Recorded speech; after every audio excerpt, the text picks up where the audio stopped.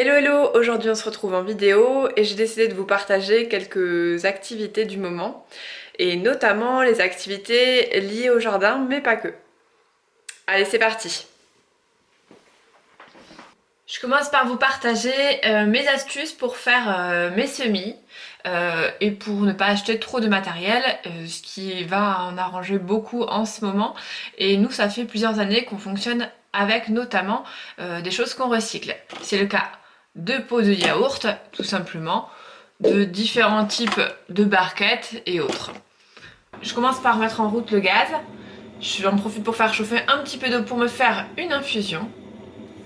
Et je vais prendre un ustensile en métal. Vous pouvez utiliser, moi j'utilise quelque chose qui est qu'on utilise en fait pour la cheminée, mais vous pouvez très bien utiliser des outils de bricolage comme une clé par exemple, que vous allez chauffer pour pouvoir percer les pots de yaourt.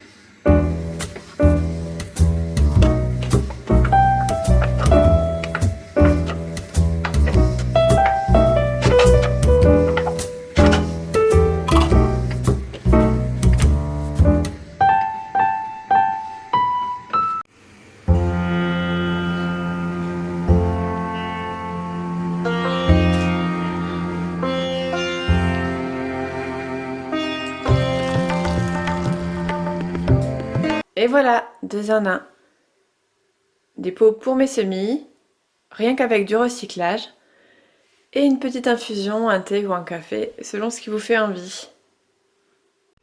Maintenant que je vous ai montré comment faire des pots à semis facilement et gratuitement, je vais vous montrer un petit peu les semis que j'ai déjà commencé à faire au jardin.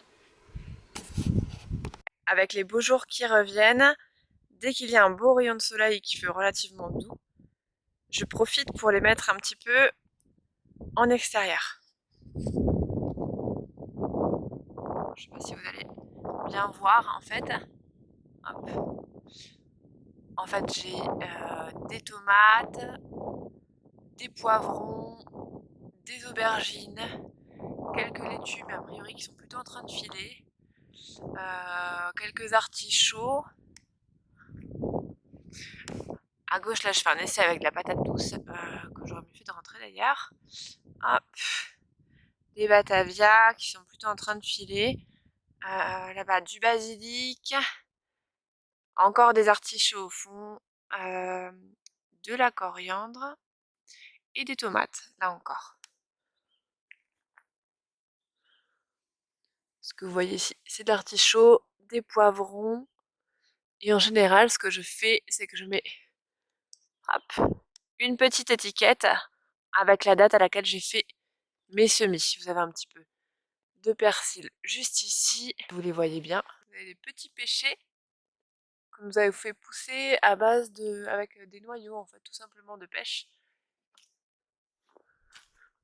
Hop. Puisqu'on est en extérieur, je vais en profiter pour vous faire visiter un petit peu le jardin. Alors, on avait bouturé et replanté du coup des framboisiers, des cassis. Hop. Ils sont en train de refaire des petites feuilles.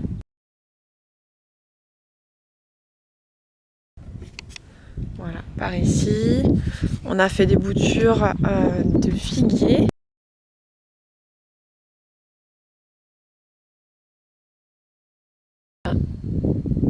Juste là et là, mais il y en a un petit peu partout sur le terrain.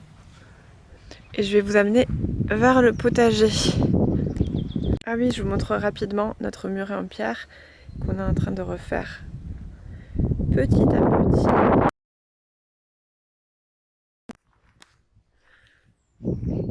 Quelques petits patchs de menthe. Et je vous amène au petit potager.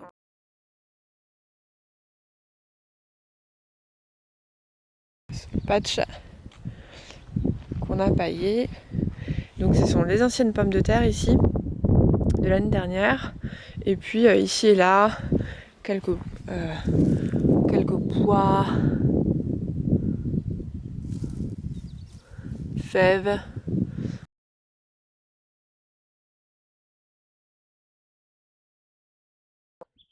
c'est le nouveau patch de pommes de terre. Vous les voyez pas encore, c'est normal, puisque c'est celle qu'on a plantée il y a très peu de temps. C'est celle de cette année. Donc,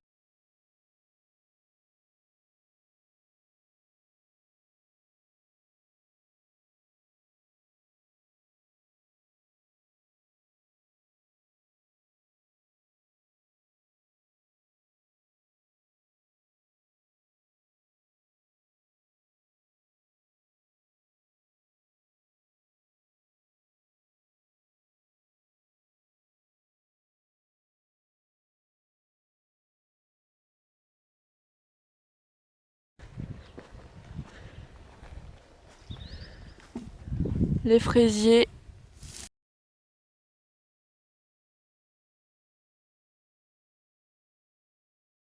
le romarin qui est en fleurs, la tonte fraîche qu'on utilise pour comme paillis, du terreau, du thym. Voilà, de temps en temps on coupe quelques branches pour pouvoir faire les infusions. Et puis là c'est les tout premiers semis en terre qui commencent un petit peu à donner. Je sais pas si vous les voyez bien. En fait ce sont des fèves.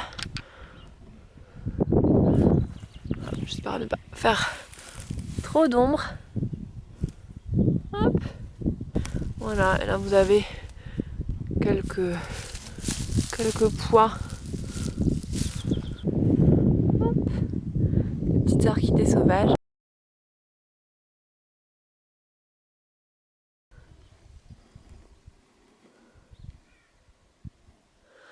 Regardez-moi cette vue. Là ces jours-ci il fait vraiment très très beau. Plutôt doux, il doit faire à peu près 17. Là ils annoncent 20, 21, 22 à peu près dans les prochains jours. Donc c'est vraiment hyper agréable quand on a la chance comme nous de pouvoir avoir un grand jardin, un grand terrain. Donc voilà, le potager, hop, comme ça, qui est amené à grandir. On a refait des plans pour pouvoir l'agrandir et faire différents patchs. Voilà, vous le voyez peut-être pas, en fait on a différents types de patchs. On a les patchs où il y a les pommes de terre, qui sont plutôt un type de culture en lasagne. Hop, mon compagnon qui est en train de refaire le muret en pierre sèche, je sais pas si vous le voyez, de là-bas. Et puis ensuite on a aussi outre les cultures en lasagne, on a aussi des buttes en fait. Hein. C'est le cas de celle-ci, et de celle, hop, juste ici.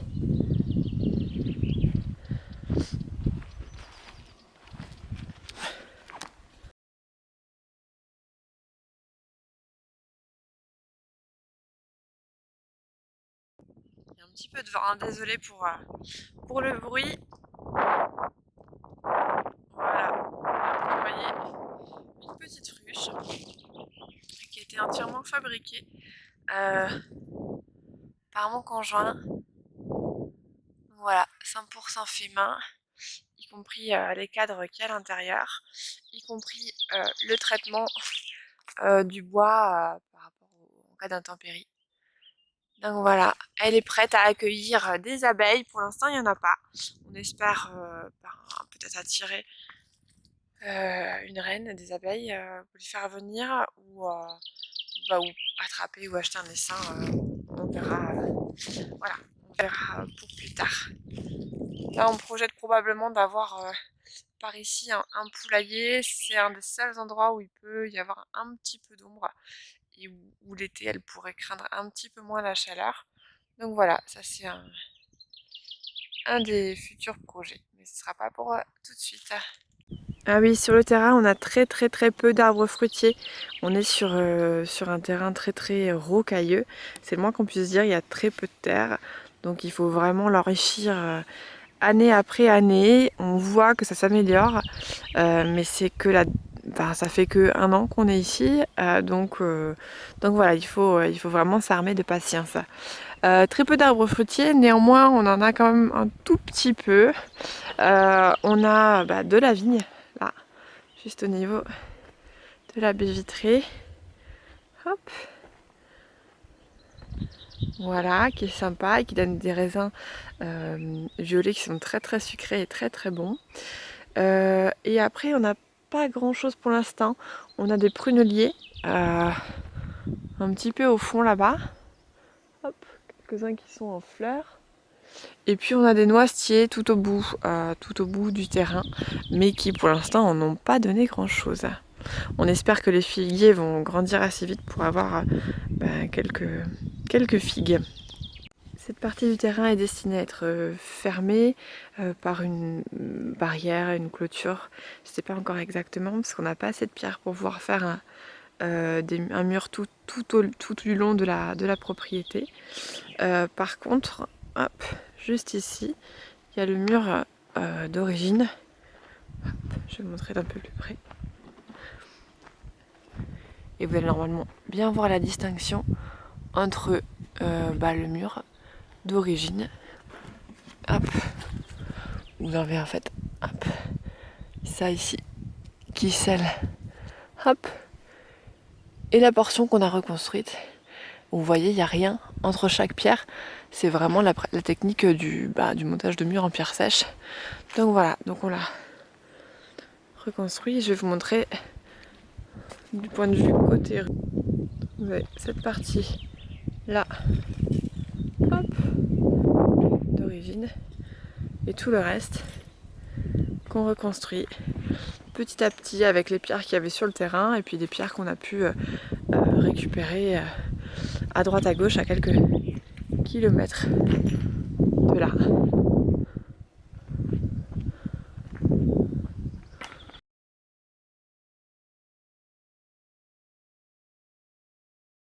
C'est parfait, l'infusion au thym est prête.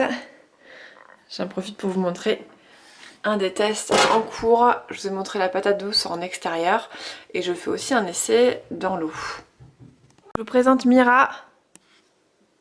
Mira, tu dis bonjour aux abonnés?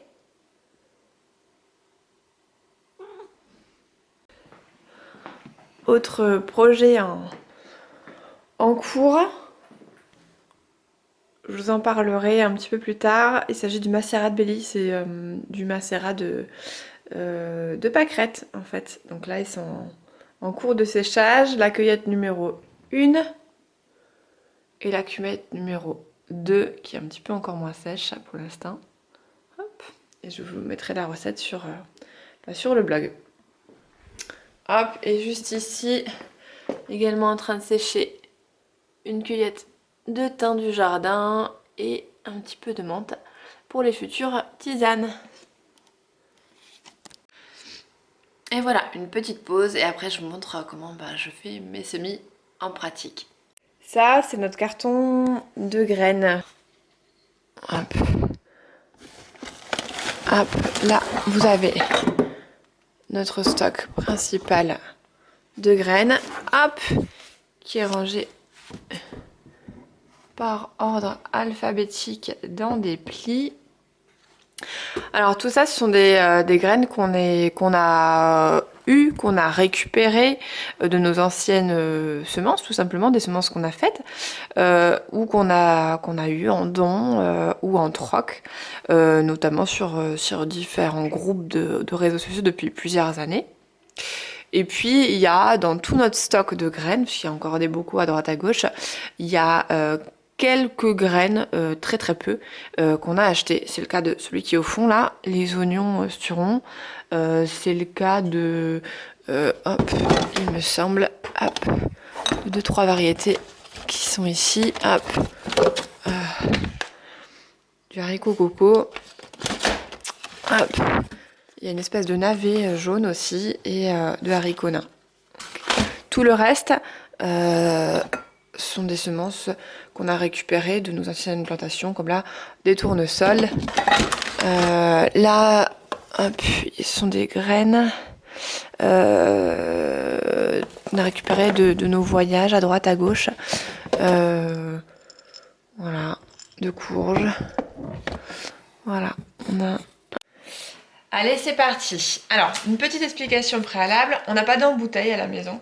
Cela dit, j'ai pu récupérer une petite bouteille du boulot dont j'ai trouvé hop, le bouchon et ça me sert en fait uniquement à arroser mes plants petit à petit. Voilà, j'ai pas de spray ou le seul spray que j'ai a tendance à se boucher très très vite.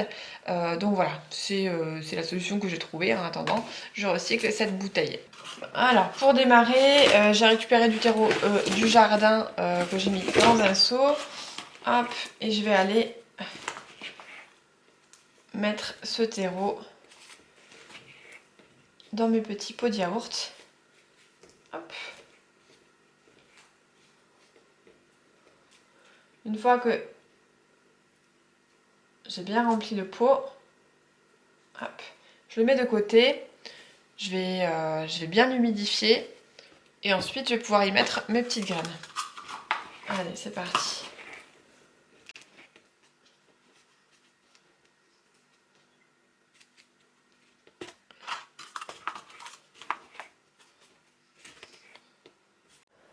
Alors généralement j'utilise l'évier, mais là l'évier est plein. En tout cas il n'est pas vide. Hop.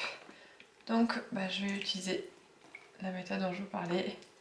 Je vais juste hop, verser de l'eau du robinet dans ma petite bouteille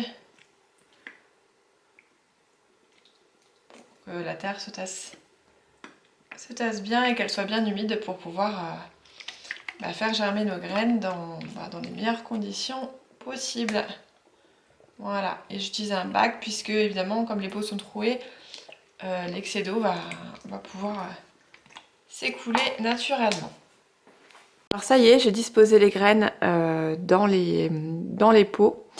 On commence par ici, en bas.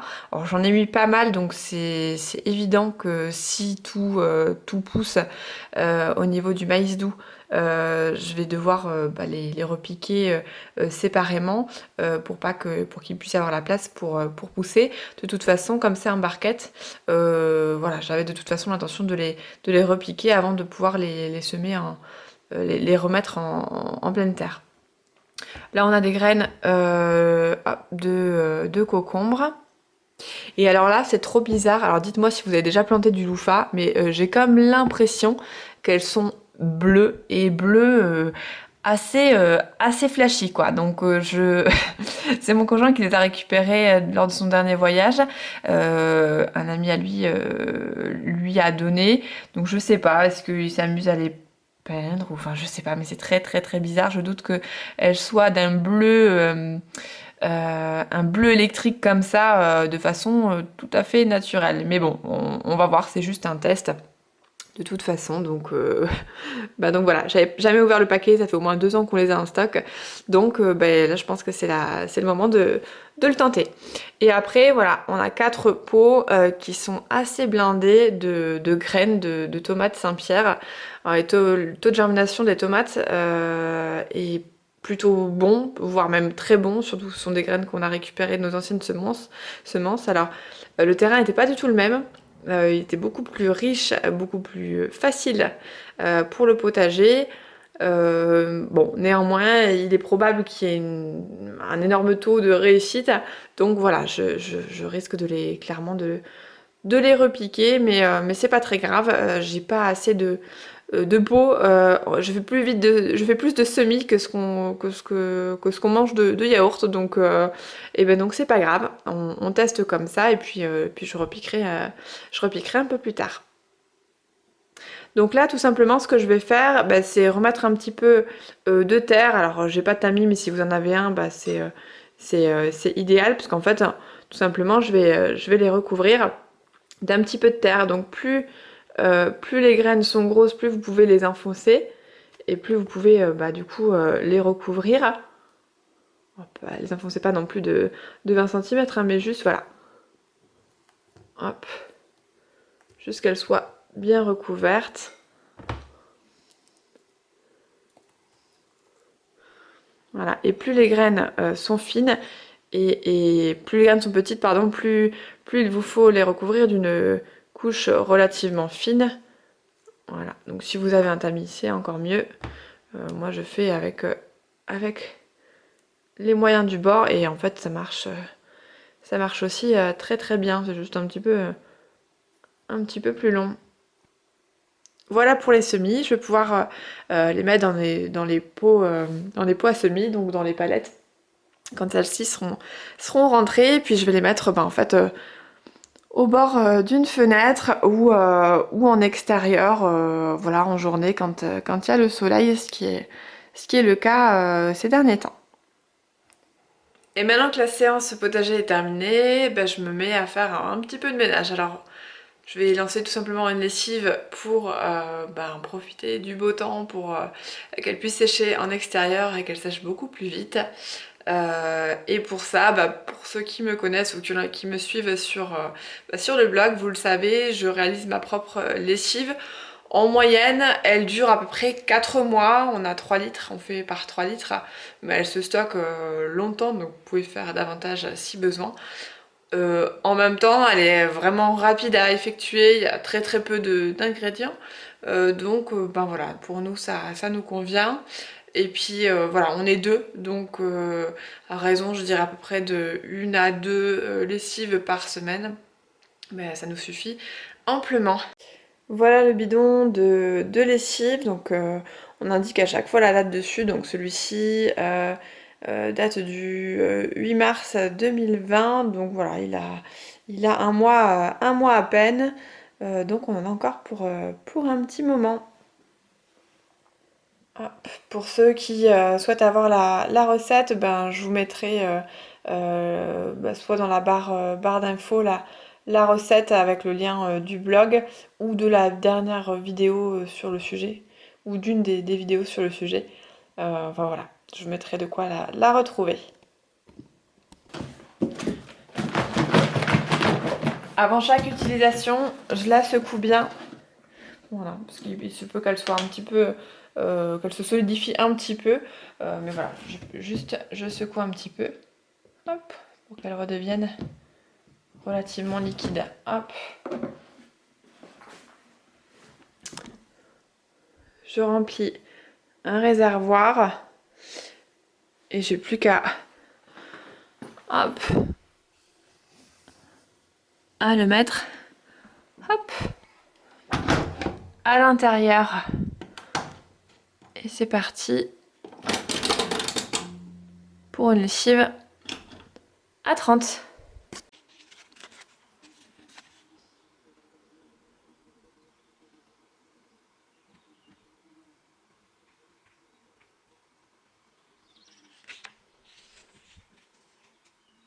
Et en cette fin d'après-midi, ce que je fais, c'est que je vais nourrir mon levain. En fait, je suis en train de préparer un levain depuis plusieurs jours. Là, on est le jour numéro 6. Et du coup, a priori, il devrait être prêt vers le jour numéro 7 ou 8, donc d'ici assez peu de temps. Mais pour qu'il soit mature, il faut que tous les jours, j'enlève un petit peu de levain et que je le rafraîchisse. Je vais enlever à peu près 100 grammes. Bon, donc on voit qu'il est bien, qu'il est bien aéré. Et donc maintenant, je vais rajouter 100 grammes d'eau et 200 grammes de farine.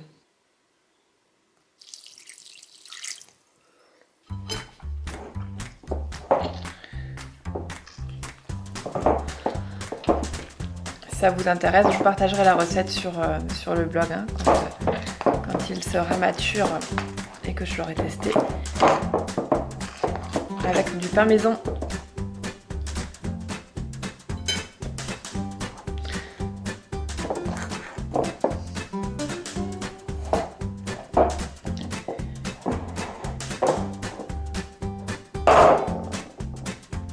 Et voilà, vous essayez de former une boule. En tout cas, ce qui peut ressembler à une boule, c'est plus facile au début qu'à la fin. Je vais juste le recouvrir d'un linge ou d'un film alimentaire et le laisser poser 24 heures de nouveau. Il sera bien mature quand il aura bien gonflé, qu'il n'aura plus d'odeur acide et qu'il sera avec effectivement une texture chewing-gum et pas mal de bulles à l'intérieur. Voilà, j'espère que cette vidéo vous aura plu et qu'elle vous aura donné quelques idées. Si c'est le cas, bah, n'hésitez pas à mettre un petit pouce en l'air et à commenter la vidéo et à la partager.